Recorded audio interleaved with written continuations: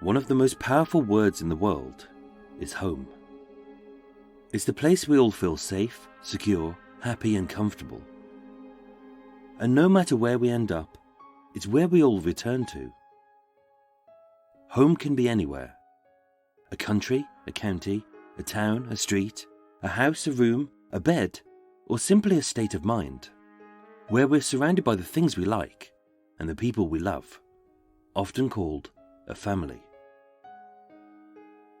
A family can be anyone: parents, siblings, offspring, friends, colleagues or neighbours, a network, a group or a single person. As family is not about blood ties or lineage, it's about trust. And for all of us, no matter who we are or what our life becomes, we all seek a family and a home. By 1949, the Second World War was over, and although it is said that the Allies won, in truth, we had all lost, with millions dead, countries in ruins, homes destroyed, and families shattered. The Blitz was now a distant memory. The blackout was off, and with thousands of the city's civilians missing, although many were still mourned, some were forgotten. Two of those missing were an Austrian refugee called Ruth First, and an East London orphan called Muriel Eady, and having been strangled and raped by an unassuming little man called John Reginald Halliday Christie, their bodies lay undisturbed in two shallow graves in a small back garden in Ladbroke Grove. The deaths weren't deemed suspicious, murder was never mentioned, and with no witnesses, sightings, and with no one suspecting him, his killing spree had stopped. Reg Christie hadn't killed in 5 years. It was almost as if those old strange urges had gone. But all that changed in the spring of 1949, when the second floor flat became vacant, and in need of a good home and a loving family, his next victim walked into 10 Rillington Place. Some of what follows is based on the killer's own memories and perspectives, so what part of this story is true is up to you. My name is Michael. I am your tour guide. This is Murder Mile, and I present to you part 3 of the full, true and untold story of the other side of 10 Rillington Place.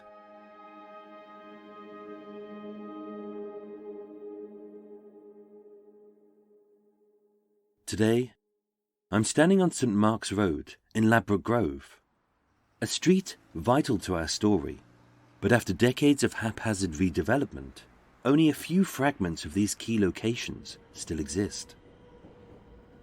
One street east is what remains of David Griffin's refreshment room and the Kensington Park Hotel.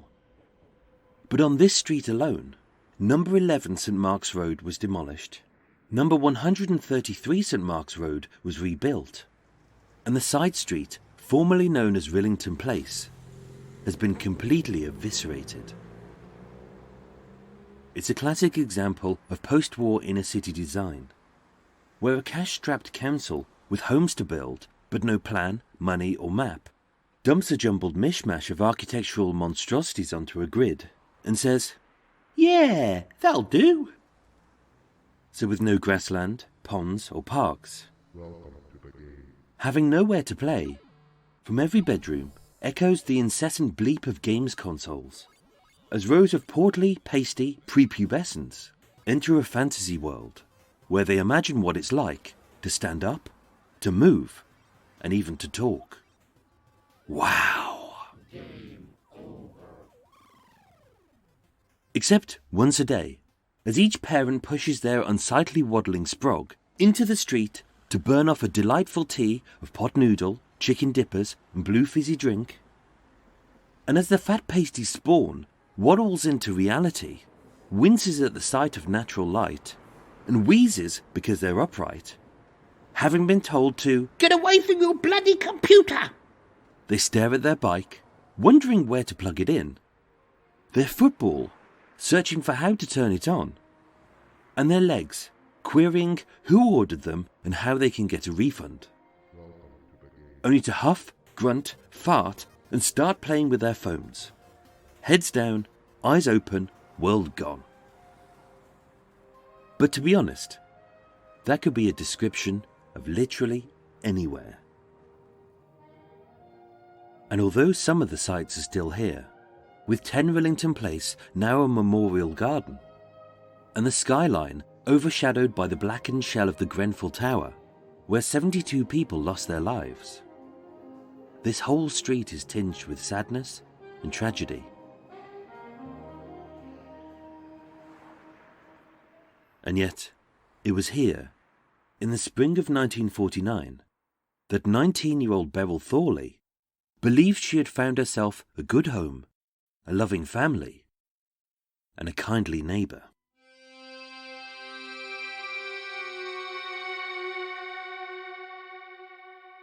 Beryl Susanna Thorley was born on the 19th of September 1929 in Lewisham Hospital, South London, to William, a petrol pump attendant, and Elizabeth, a housekeeper. Raised during the Great Depression, as the stock markets crashed, currencies devalued, and the world descended into economic chaos, being a middle-aged working-class couple living a hand-to-mouth existence in a tiny rented flat, this probably wasn't the best time to start a family. And yet, even though the Thorleys had 3 children in very quick succession, they lived an unremarkable life, with no highs nor lows, no joys nor tragedies, just the ordinary struggles of a very average family. Barely keeping their heads above water, from year to year the Thorleys plodded on, moving from job to job, flat to flat, and bill to bill, with nowhere really to call home. And lacking any real warmth, love, or affection, only the tired routine of meals, baths, and bedtime, they didn't feel like a family. As the oldest of 3, although Beryl was a pretty petite girl, with bright twinkly eyes, soft fair hair, a button nose, and an angelic smile, being eager to regain her rightful place as the baby of the family, having been usurped by her baby brother Basil and swiftly shoved aside by little sister Patricia, Beryl's beauty belied a stroppy temper, an awkward stubbornness, and a childlike immaturity. Having uprooted several times in as many years, from Lewisham to Clapham to Hammersmith, as war was declared, the Thorleys moved into the top-floor flat of 112 Cambridge Gardens in Ladbroke Grove, just off St Mark's Road, and situated on the other side of the tube line, opposite Rillington Place.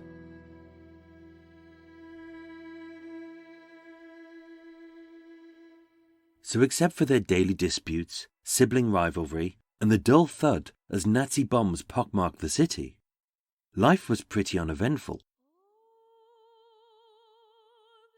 That is, until the late winter of 1947, when Beryl's mother passed away.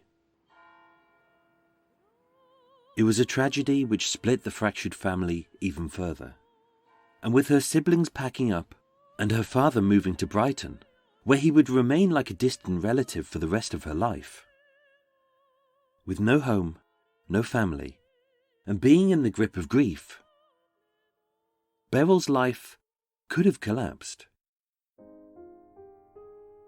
But a few months prior, 17-year-old Beryl Thorley had met and fallen in love with 22-year-old Timothy Evans, a small, handsome Welshman with a thick mop of dark hair, a childish sense of fun, a very vivid imagination, a steady job as a lorry driver, and a deep desire to become a good dad. And in a whirlwind romance, having met on a blind date in January, become engaged by March, and having tied the knot in September, shortly afterwards, the newly married Beryl Evans moved in with her husband Tim into his mother's 3-story townhouse at nearby 11 St Mark's Road. Surrounded by a loving family, with Thomasina, his mother, treating her like a daughter, Penry, his stepfather, protecting her like she was his own, being blessed with 2 sisters-in-law, Eleanor and Mary, and a close extended family, including Uncle Cornelius and Auntie Violet. Within the year, Beryl had a family, a husband, a home, and was blissfully happy.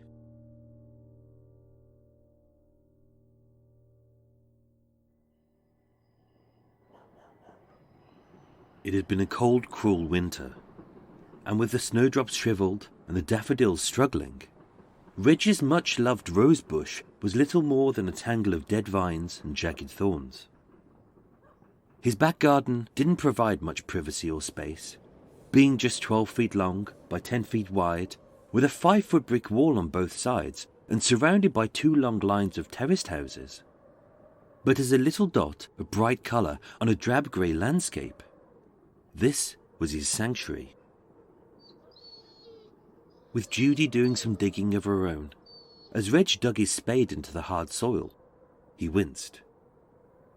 The 51-year-old's back was riddled with fibrositis, and with his stomach plagued by daily bouts of diarrhea, he'd given up driving for ultra-electrics and was now a desk-bound clerk at the post office savings bank. As he exhaled painfully, Reg pulled from the soil a milky white stick, all smooth, like it had been stripped of bark, but it was oddly broken and brittle. As Ethel exited the washhouse, she mumbled, "Tease up, Reg." But he barely heard her. Instead, he just nodded, staring at the stick, perplexed. Something was missing from Reg's life. He loved his garden, he liked his dog, his job was tolerable, and his marriage was fine. But nothing excited him anymore. It was as if something inside him had died. "I knew I wanted her, the 80 woman." As Reg stroked the bone-white stick in his hand, a flash of recollection widened his eyes. "But she was different from the others. You know, quiet. Being eager to please her master, as Judy burrowed deeper into the soil, she too unearthed something pale, brittle, and broken. So it had to be a really clever murder. Much cleverer than the first." But times had changed. The war was over, and Reg hadn't killed in almost 5 years.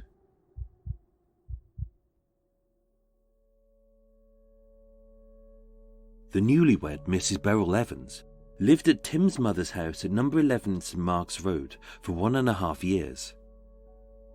With it being a busy family home, with a mum, a dad, 2 sisters, Beryl and Tim, and 2 tenants on the top floor, although they lived comfortably, for a lusty young lad with a blushing new bride, it lacked privacy.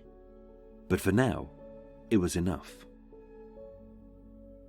Beryl and Tim were very much kindred spirits. Being small, pretty, and fun, they bonded quickly. But just like Beryl, Tim's sweetness belied a stroppy temper, a stubbornness, and a childlike immaturity. And with both lovebirds being tetchy and fiery, with their fights formed of feet stamped, things thrown, and a few choice words, they both gave as good as they got. So the only friction was caused as Tim's mum would always take Beryl's side in any dispute, branding her own son a terrible liar. By all accounts, Beryl and Tim were just a very normal couple of young kids who were recently married, testing the waters and finding their feet in a family which was about to expand. On the 14th of October 1948, in the Queen Charlotte Hospital, Beryl gave birth to a beautiful baby girl. A tiny tot with sparkling eyes, rosy cheeks, and a hot temper. And just like her parents, she was a little handful. But to Beryl and Tim, she was perfect. And with their family complete, they named her Geraldine.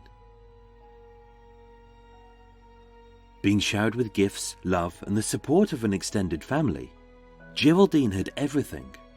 and with 2 proud and doting parents to cuddle her, life was good. But as the baby grew, the small back bedroom seemed to shrink.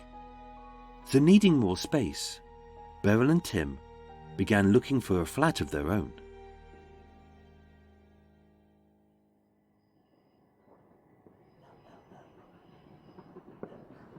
With the sky bruised, clouds looming, and the distant rumble of thunder, Reg stood in his back garden, clutching the milky white skull of Muriel Eady.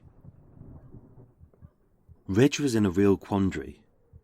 For safety's sake, he knew that he should either bury it, smash it, or burn it. And although half a length of her thigh bone neatly propped up his broken fence, that could be easily mistaken for a stick, whereas a skull is a skull. Reg knew he had to make the right choice. And besides, he didn't need those urges. And as a tube train thundered by, seated by the window, Joan Vincent spotted an advert in a second-floor window. It simply read, "Flat to let." Fortuitously, it was cheap, local, and would perfectly suit her old school friend and their new baby. The flat was at 10 Rillington Place.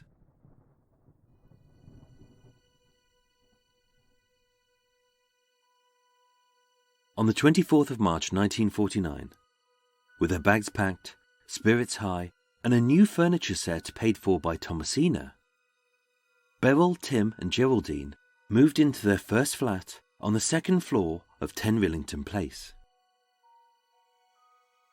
It wasn't a great flat, as the stairs were a nightmare to navigate with a pram. It was heated and lit by gas only, and having just a bedroom and a kitchen, the only bathroom was a communal washhouse and lavatory out back. But with a rent of just 12 shillings a week, being located 1 minute from Thomasina, and with the other tenants being an elderly widower on the first floor called Mr. Kitchener, and a lovely couple on the ground floor called Mr. and Mrs. Christie, keen for their own space, Beryl snapped it up, and her family home was complete. Beryl and Tim liked the Christies. They were old-fashioned.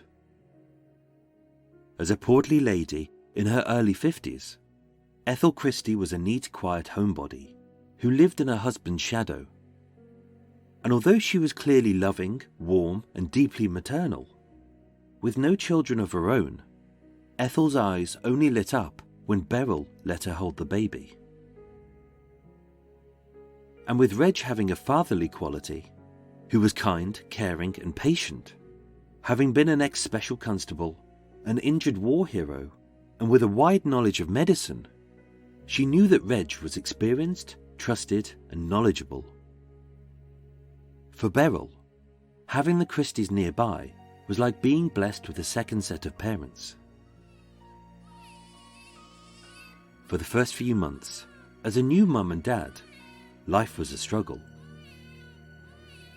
But with Thomasina just 1 street away, the Christies only 2 floors down, and although Tim was burdened by a low IQ, a bad lung, a disabled foot, and being almost totally illiterate, with money coming in, for a while they coped. But being kindred spirits, what brought Beryl and Tim together also drove them apart, as having stroppy tempers, an awkward stubbornness, and a childlike immaturity. With Tim being a terrible liar, and Beryl still acting like the baby of the house, even though she now had a baby of her own. Neither of them were grown-ups.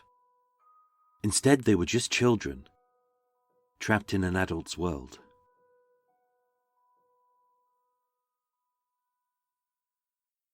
On the 11th of July 1949, Tim started work as a delivery driver for Continental Wine House in Edgware Road, on the modest wage of £7 per week.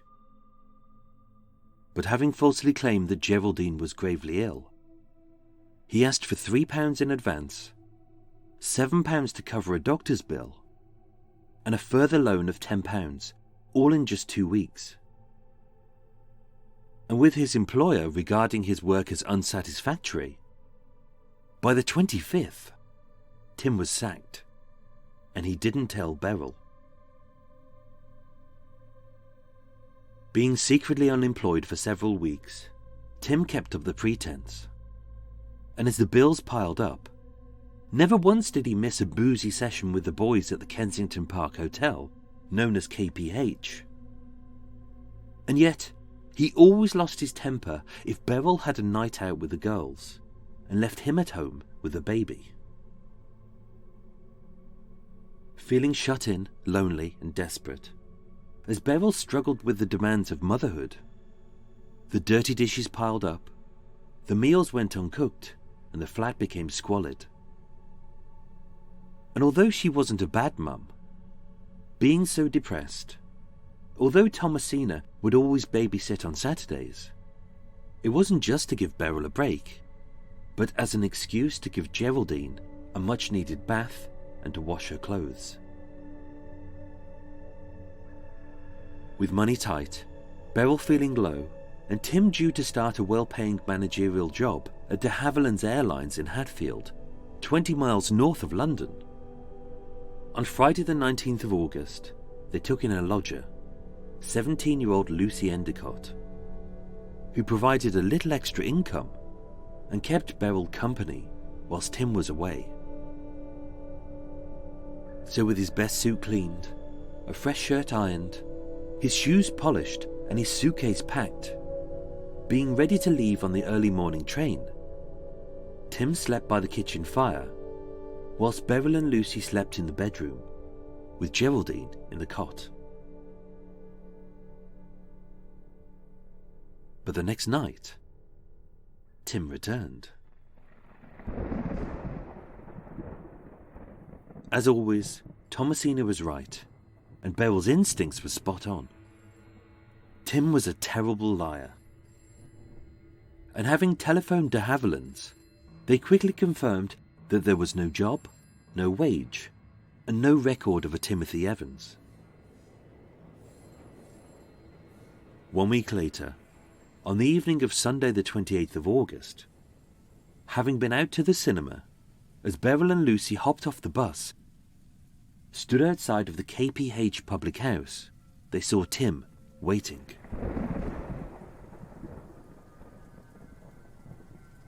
Their bitter screams echoed all the way down Lancaster Road, St Mark's Road, and right into Rillington Place. With every house light turning on as Tim snapped, "I'll give you a good hiding for going to the pictures and leaving the baby." Each curtain twitching as Beryl barked, I told you I was going out. And every wireless silenced as Tim spat, "It doesn't make any difference. Your place is at home. Just you wait till I get you inside." as he slammed the front door shut of 10 Rillington Place. And once again, the neighbouring streets retreated to yet another furious fight between the Evanses.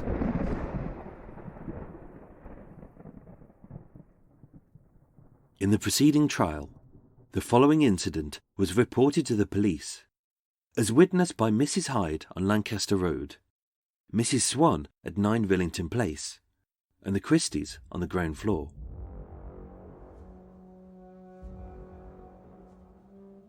Gone were their petty childish squabbles and their tit-for-tat tantrums, as with the Evanses' relationship irrevocably split, their silly spats had descended into physical assaults. And as Tim slapped Beryl's face, hollering, "I'll bloody do you in, I will!" Beryl grabbed a bread knife. To protect himself, seeing how Beryl was precariously perched, Tim screamed, "I'll push you through the bloody window!" only for Lucy to trip up the hot-tempered Tim as he threatened her, squealing, "I'll smash it up! I'll run him over in my van!" Thankfully, before anyone was badly hurt, the fight was broken up by Thomasina. Lucy was asked to leave, Tim cooled off, Beryl calmed down, and a full statement was made to the police. The next day, Beryl told my wife she was going to get a separation. My wife and I agreed that, If she needed us to, we would adopt the baby. It were then, at a later date, that Beryl told me she was going to make an end of it. In short, she was going to commit suicide.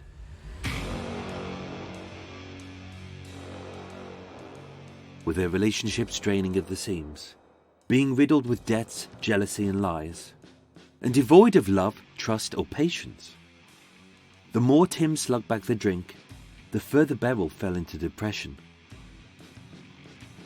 And yet, life was about to throw the struggling couple yet another curveball, as Beryl was pregnant. But Beryl didn't want another baby. Confiding in her old friend Joan Vincent that she wanted to miscarry, as old-fashioned methods like punching herself in the stomach, necking neat gin, and overdosing on laxatives all failed, Beryl risked her life even further by swallowing poisons like quinine and ergot, syringing herself with glycerin and iodine, and trying to hook the tiny fetus out using a bent coat hanger.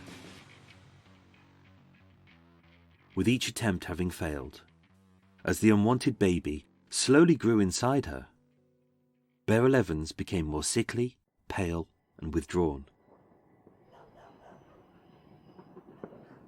And then, on Monday the 7th of November 1949, I went upstairs and found Mrs. Evans in the kitchen, lying on a quilt in front of the fireplace. She had made an attempt to gas herself from a gas pipe on the side of the fireplace, and a piece of rubber tube in near her head. And when I opened the window, she started coming round. I don't know what she said, but a little while after she complained of a headache, so I made her a cup of tea. My wife was downstairs, but I didn't tell her. Mrs. Evans asked me not to.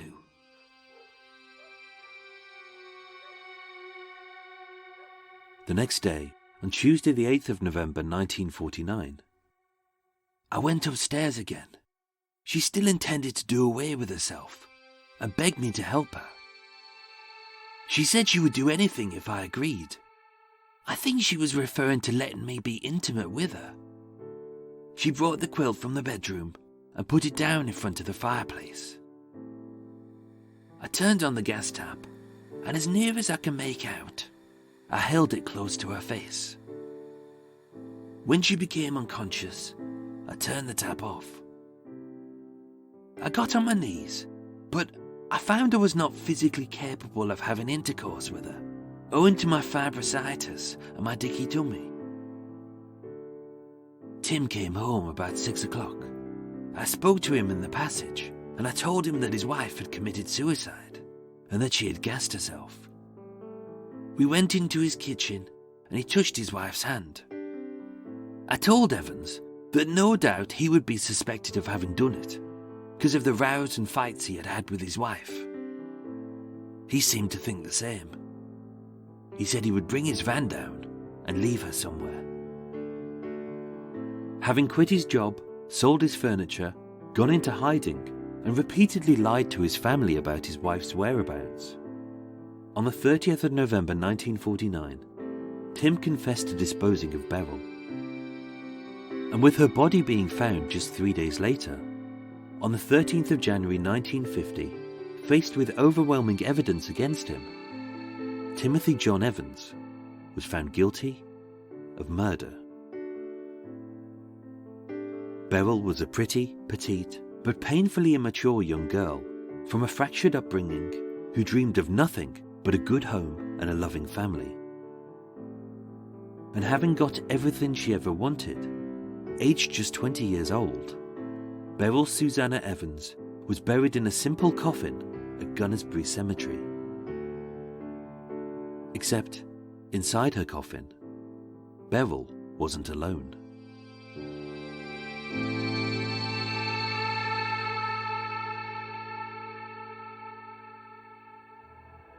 Ladies and gentlemen, thank you so much for listening to Murder Mile. If you enjoyed parts 1, 2 and 3, part 4 of The Other Side of 10 Rillington Place continues next Thursday.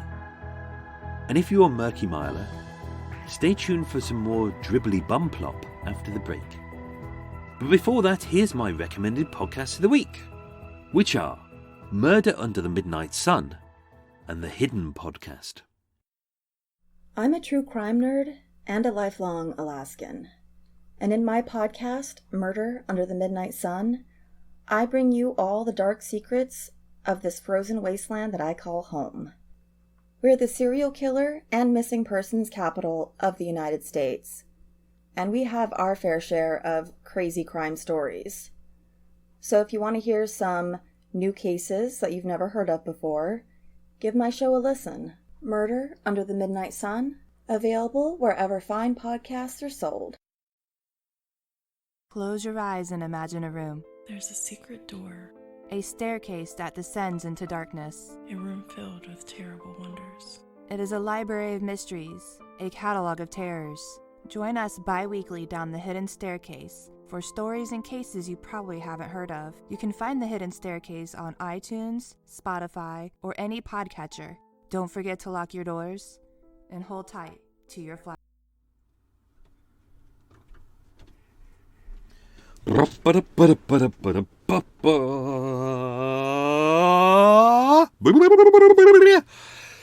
Murky Milers. How are we? We good? We all good? We all having a good day? What are we up to? I say we. Obviously, I mean all of us, but what am I talking about? I'm waffling already. I'm waiting for my tea to be done. Got a cake on the go. Hope you're all well. Oh, God. Tired. I'll say my usual thing. Anyone who's not used to Murky Mile, what is going on today? Oh my God, tired.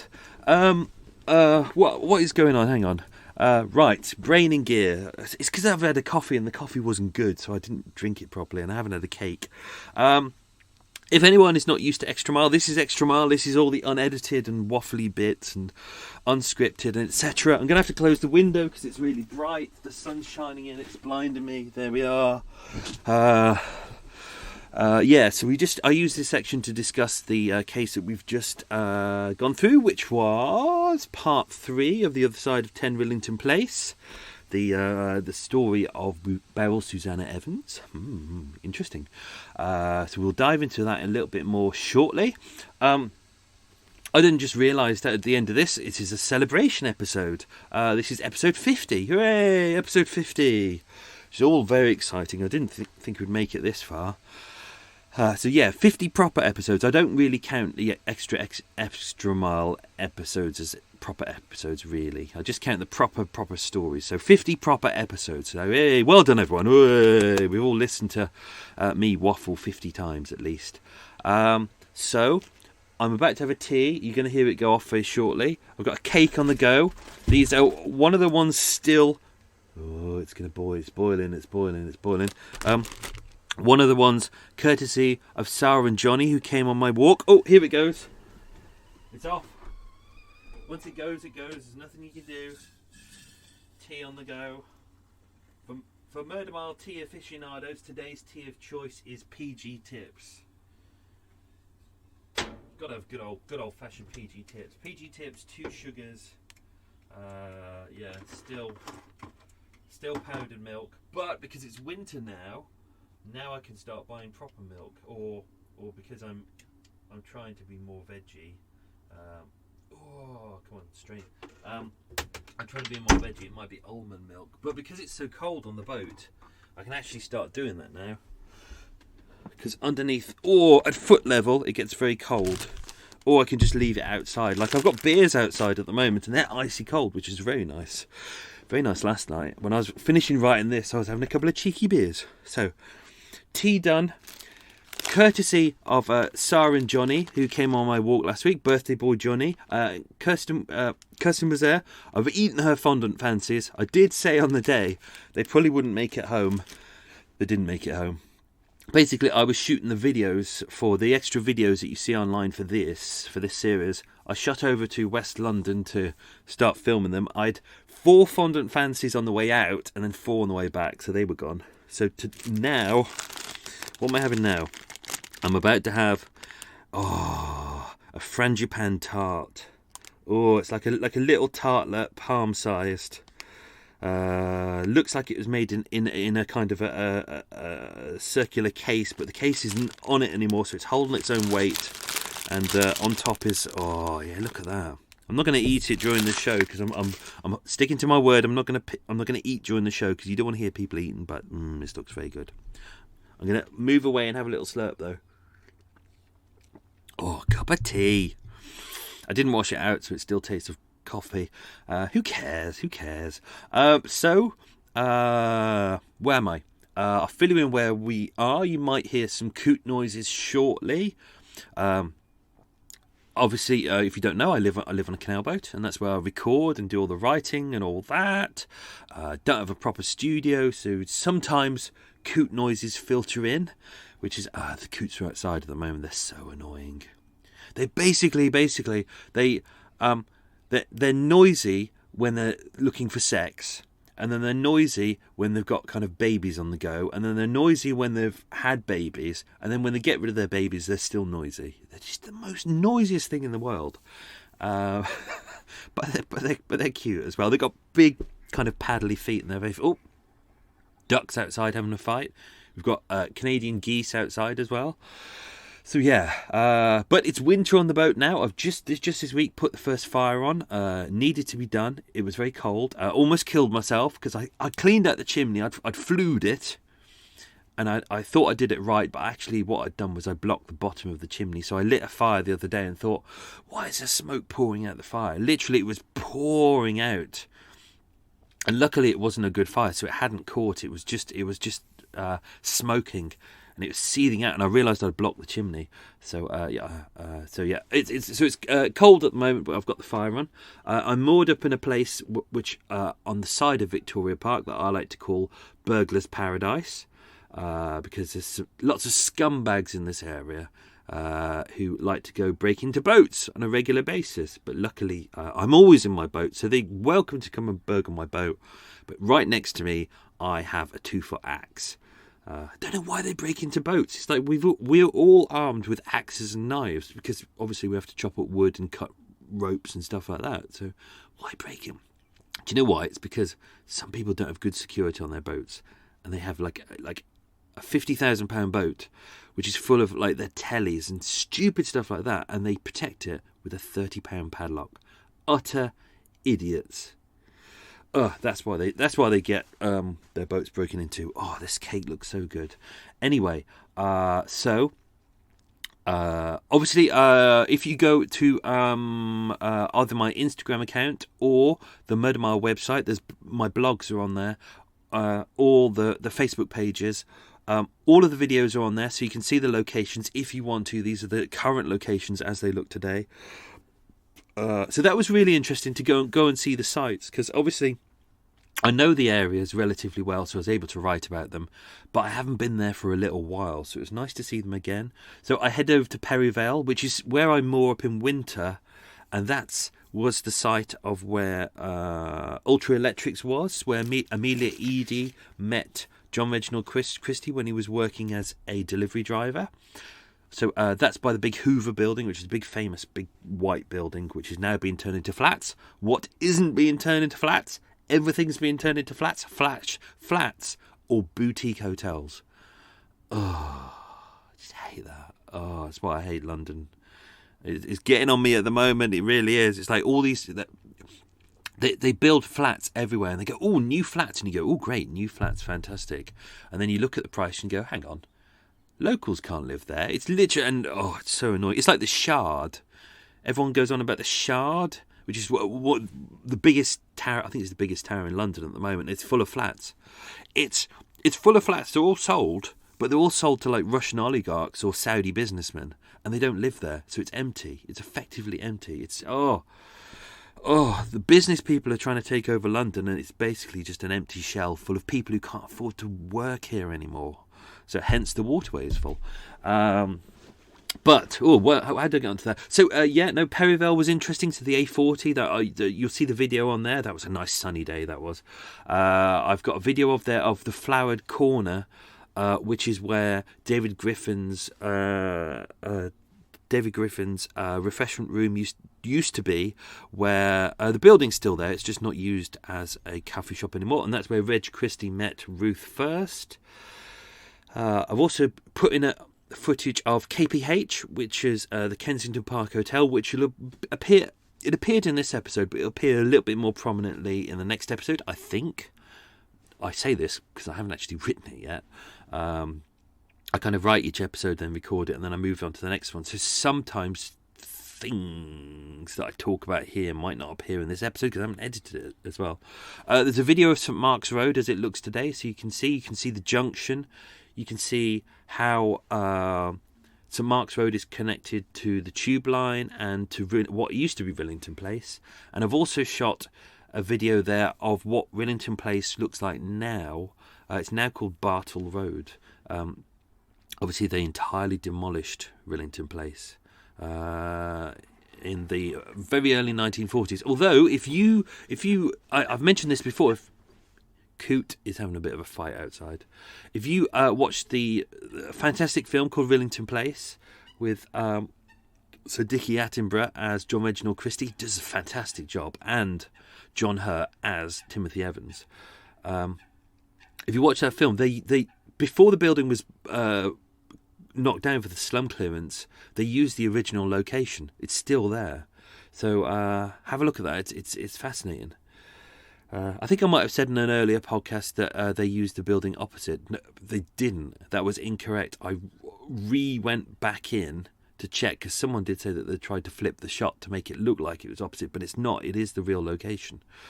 No one was living there at that time, and it was about to be demolished, and they were like, right, sod it. But by that point, Rillington Place,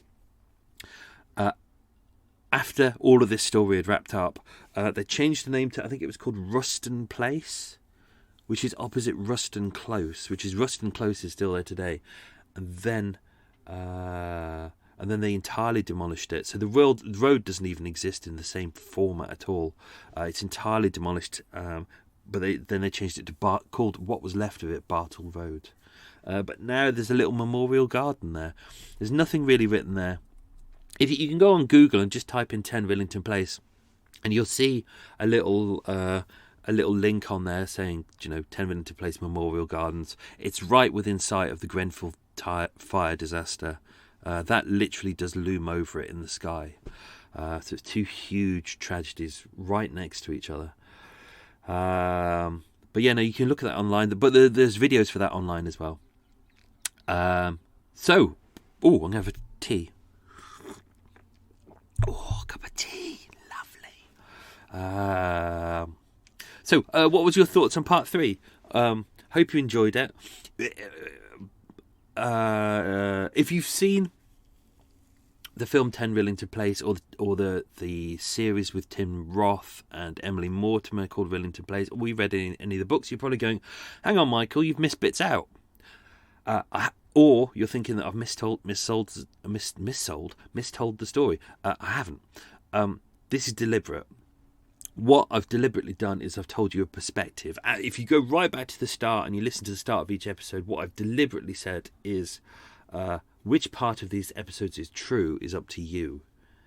So that's what I'm doing is in the first episode I tell you so much truth, and then I tell you Reggie's perspective, and then the second one I told you truth, then Reggie's perspective, and then I merge the stories together so the balance between truth and his fiction, his perspective, slightly skews. And then with this episode, because this was when I was going through the archives, and I was like, oh, this is a side of the story that I never knew before. This was in reading all of his witness statements. I was like, oh wow, this is entirely different to what I imagined.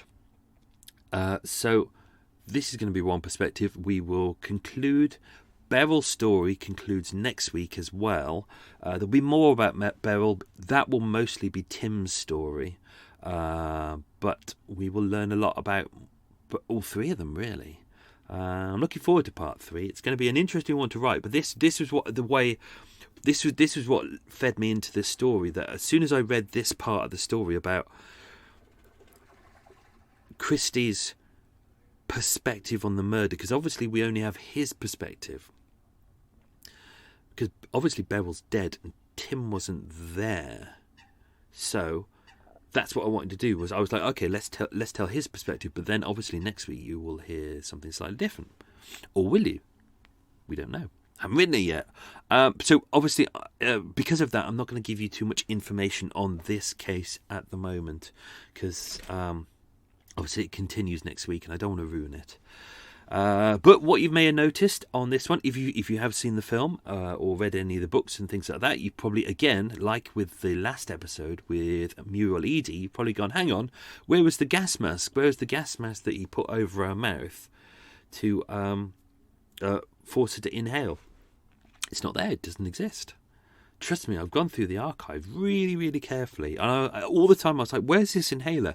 Where's the makeshift inhaler? And it's just not there. Just not there at all. With Muriel Edie, he used remember the square glass container with the pipe going in it, and she had the what's it called? The scarf over her head, so she was inhaling the vapors.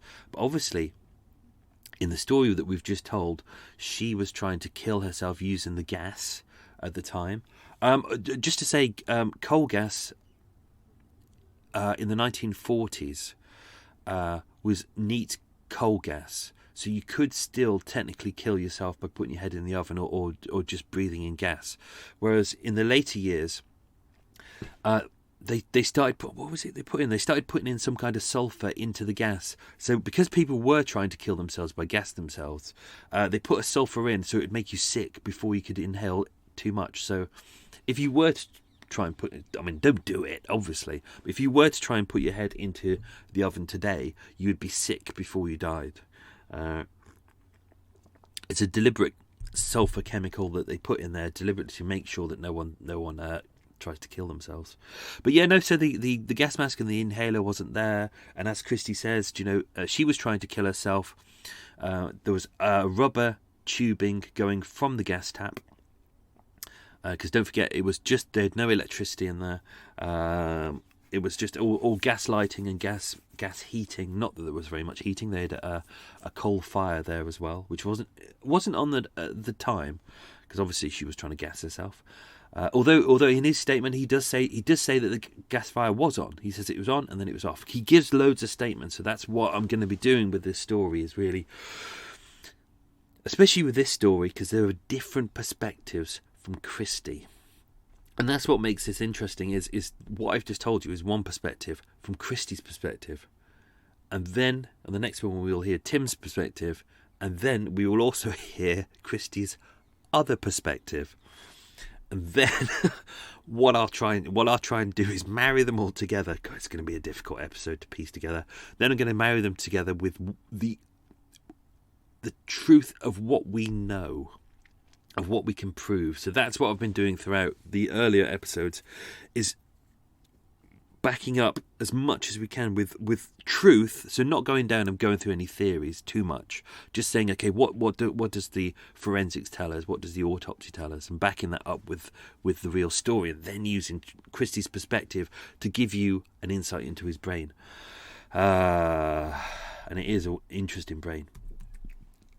Again, this was another episode that was odd to write. Oh, God, that was hot.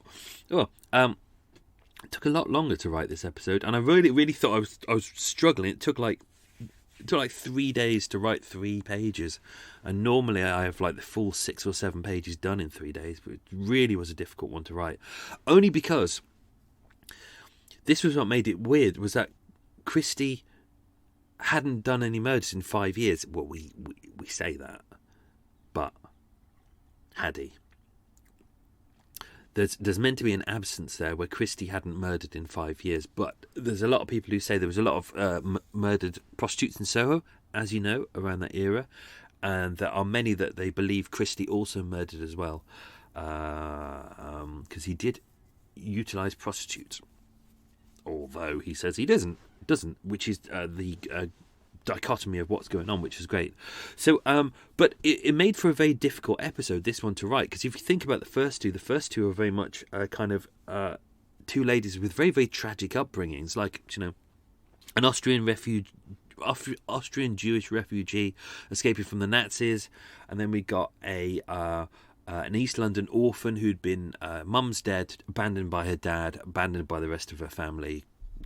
Both very difficult stories to tell. And then you've got Beryl Evans, who's, it's not a bad life. It's not awful. She's not beaten. She's not abused by her family. They're not drug addicts. They're just not, a family struggling, not very loving. They kind of feel a bit stuck together, and then, but then she kind of finds a family. Everything goes well, and then, she's quite childish. She's quite immature. She gets a husband who's immature as well. They're both like little kids, really, and they're quite young. And they just don't do it right. They don't do everything that they're meant to do in order to get everything going well. And, it falls apart there. So it's not a tragic story. So that makes it kind of harder to tell. And it's also harder to tell because Christie's not doing anything. It's like at this time he's not doing anything at all. Just for the sake of this, I've slightly moved something in time. Only because we don't have an exact date for it. So, if there's pedants out there, they'll be going, hang on, why didn't Joan Vincent, when she was going past on the tube, see that Christie was holding a skull? I've basically just put those two events together just because it just speeds up the narrative. But we don't know when they happen. We don't know when we know that she would have gone past in early March, because the tenants of the second floor of 10 Rillington Place moved out. I've got the date somewhere exactly. Oh, and it was the 8th of March that they moved out. So it would have been between the 8th of March, 1949, and the 26th when the Evanses moved in. So she would have gone past on the tube somewhere between that point, but she doesn't remember when. Christie and his dog, Judy. So he found that the Muriel Edie's thigh bone that he was digging up, he forgot that he put the body there. It had all decomposed. He dug up. He went, what the fuck is this? He went, oh, shit, it's a thigh bone. Roughly around the same time as well, his dog was digging and dug up her skull. Right. Now, there's no exact date for exactly when he did that. He gave multiple statements. In one of the statements, he said this was prior to the death of Beryl Evans, and in another one, he says it was after the death of Beryl Evans. So we just can't tell. We know that it definitely. We know that it definitely. We know that it definitely wasn't after December the 7th, 1949, which I will explain next week, but I'm not going to explain this week. But obviously we don't know exactly. So I've kind of put those two scenes together, but it just because it speeds up the story. But it makes sense. Oh, where am I going with this? But no, so I was definitely going to say. So I know I've said this is an 8-parter. You've heard me do this before, where we do like Blackout Ripper was meant to be 4-parter, and it ended up being 8 or 9. I can't remember. So I've already mapped out the 8, but I've always had a 9th episode kind of bubbling under, which is the life of John Reginald Christie. So as we're going through, I'm telling you bits and bits about his life, and obviously this is your option to kind of read, to listen into it and go, oh, okay, is this true? Is this not true? Who knows? It's kind of his perspective. His perspective changes. Some things are true, some things are not true, some things are half-truths. So what I've decided to do is do a 9th episode where I just go through, I do like the life of John Reginald Christie from birth to grave, telling as many truths as possible without his kind of his bias or his kind of perspective. So so I hope you enjoyed the edit from last week. Obviously, because I'm recording this now and I'm about to start editing this, so I haven't edited this episode yet. Even though you've just heard the edited version, I'm recording this bit before I edit it, so I don't know how it's going to sound. So obviously now I know how last week's sound, so I kind of enjoyed that.